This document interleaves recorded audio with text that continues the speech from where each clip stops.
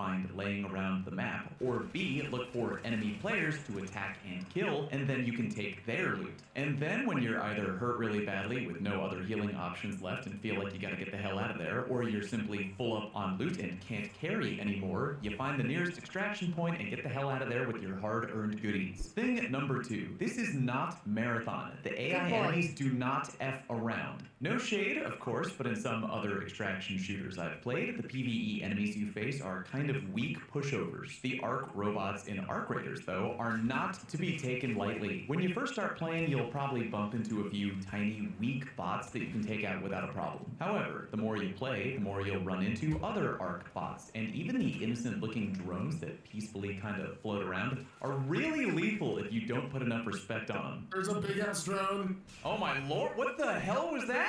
Oh my god, dude, no! Because these Arc bots are so strong, this creates a really different experience than I've had with other extraction shooters. I'm not always running headlong around the map 24/7, but rather I'm being cautious and stealthy a lot of the time. I often find myself only engaging with Arc if I really need to or have an optional quest to do so, and also maybe finding and hunting down other teams because they were dumb enough to tangle with the Arc and cause a big old commotion. Also, some of the Arc robot designs are kind of insane. They start to get big after a while, and I mean really big. I'm looking forward to eventually trying to take some of those big ones down, because it'll probably be really challenging, and I'll be honest, I just want to be able to say that I did it. Thing number 3, there are a bunch of maps, environments, and night raids. There are a bunch of maps you can dive into right from the get-go, and each of them have a different vibe to them. For example, the Dan Battlegrounds map is kind of a more beginner, new player-friendly map that isn't too wild and great for getting your feet wet. Meanwhile, Buried City is a slightly rougher map to navigate and is kind of a battleground for more experienced players. I gotta say, the environments are pretty impressive if that's something that's important to you as a player. It really does feel like you're scavenging for your life out there in the post-apocalyptic era. Naturally, your visual experience is probably going to depend a lot on your rig if you're gaming on PC, but I'm pretty sure Embark has recommended tech specs on